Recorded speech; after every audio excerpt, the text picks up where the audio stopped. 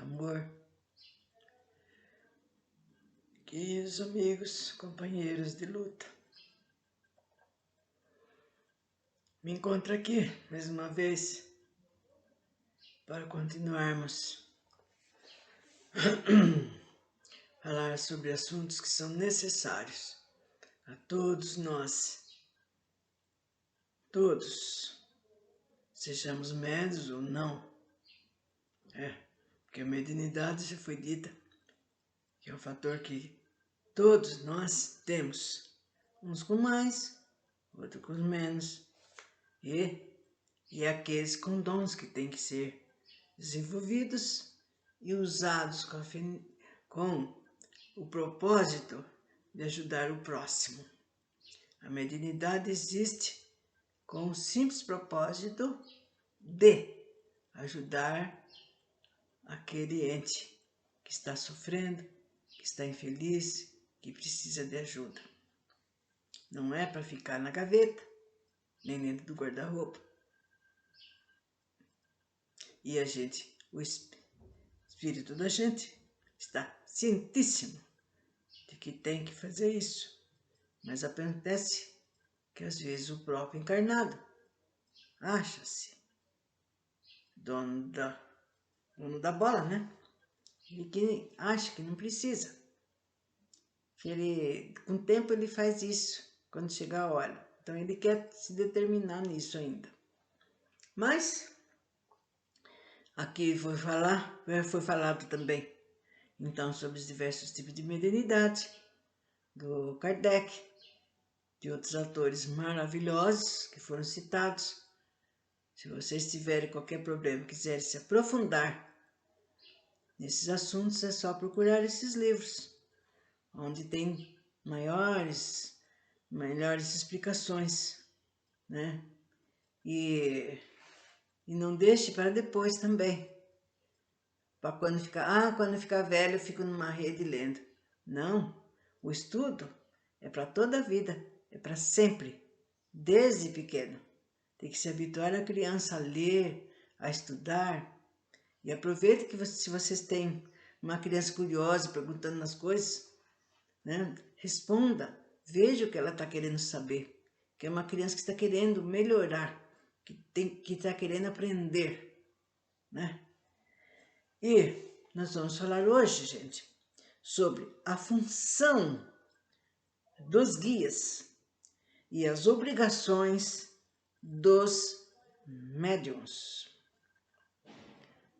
Os médiuns, em sua generalidade, são criaturas portadoras de grandes débitos do passado.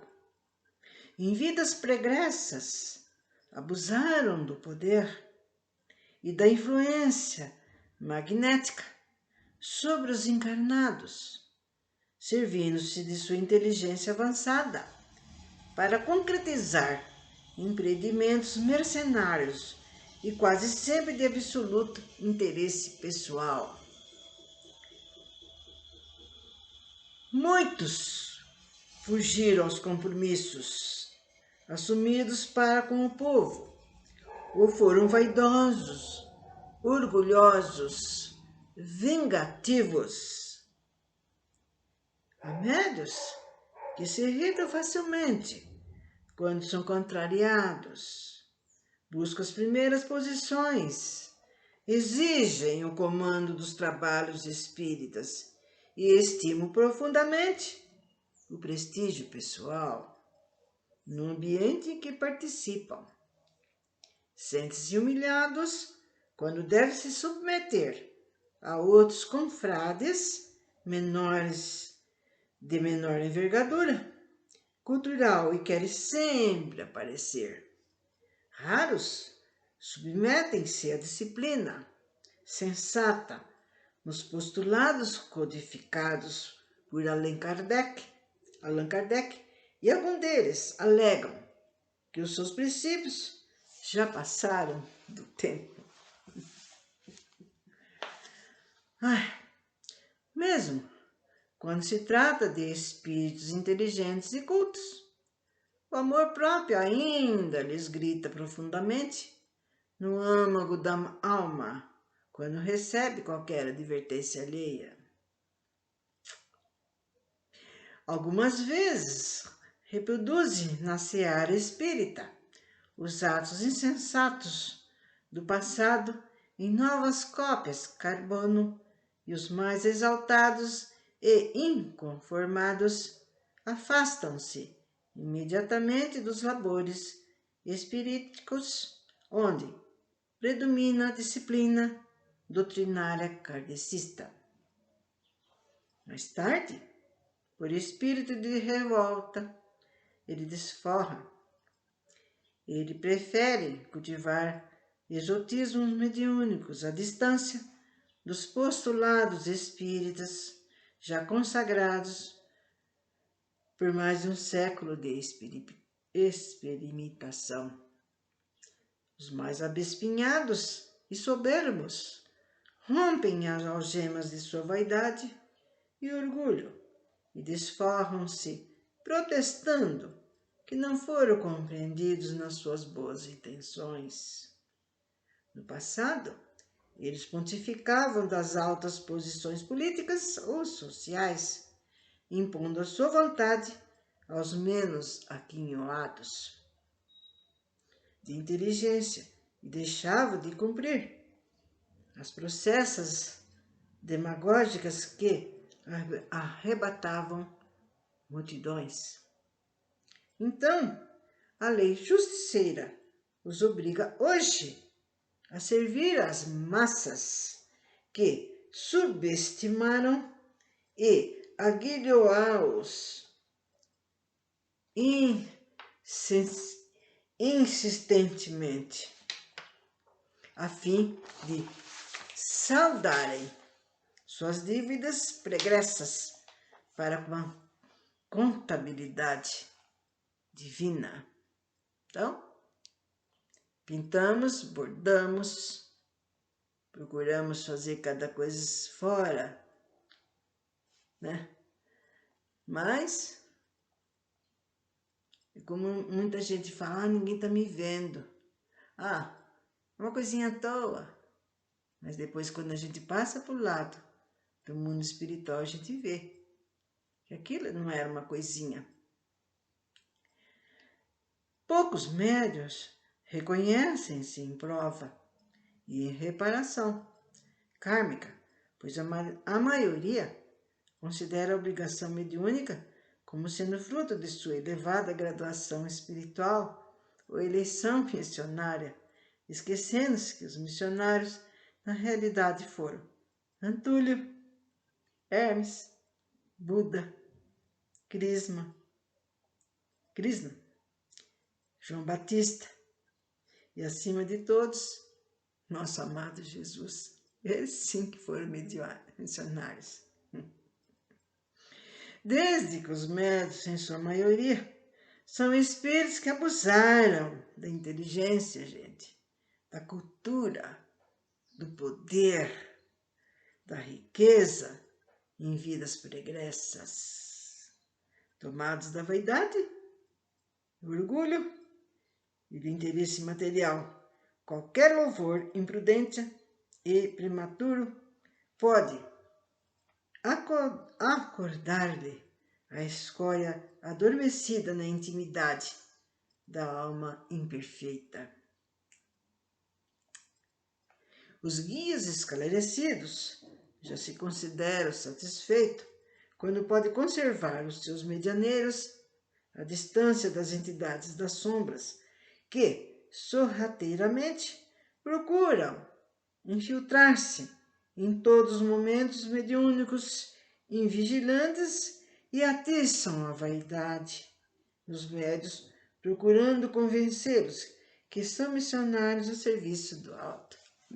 Ainda tem mais essa, porque eles, como eu falei, qualquer escorregadinha, qualquer devaneio, qualquer momentinho, você está sendo visada, você está sendo olhada. Eles pulam igual uma onça na sua em cima do bichinho. Na verdade, todos os seres possuem o seu guia espiritual, desde o berço do nascimento, que é designado como anjo de guarda, que protege a criatura e lhe inspira boas ações. Em alguns casos, o espírito que deve renascer na matéria, com a prova da mediunidade, solicita de outro espírito amigo, com a autorização do alto, que o proteja e que o guie. Outras vezes, os guias são atraídos naturalmente pelos médiuns em desenvolvimento mediúnico, porque possuem afinidades. Os guias também podem ser designados posteriormente, no espaço muito tempo depois do nascimento do dito médium, assim como tem aqueles que se ligam ao médium que lhes ofereça oportunidade de progresso no intercâmbio recíproco de ideias e no serviço mediúnico benfeitor. Então, vocês estão vendo?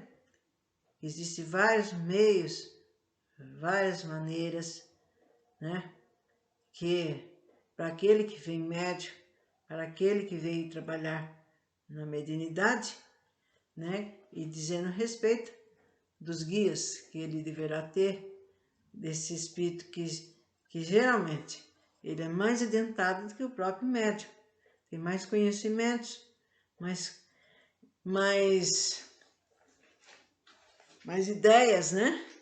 Porque ele foi preparado para isso, para trabalhar com aquele médium que necessita de ajuda e de orientação. Porque se ele for igual ou então pior, então não adianta. Então, por isso que ele tem esse papel, esse nome de guia, de mentor espiritual, e todo médium tem. Apenas tem. A única coisa que há médiuns que nem pensam nisso, nem se preocupam, e muito menos querem saber disso. O problema todo é esse, a falta de boa vontade. Bom,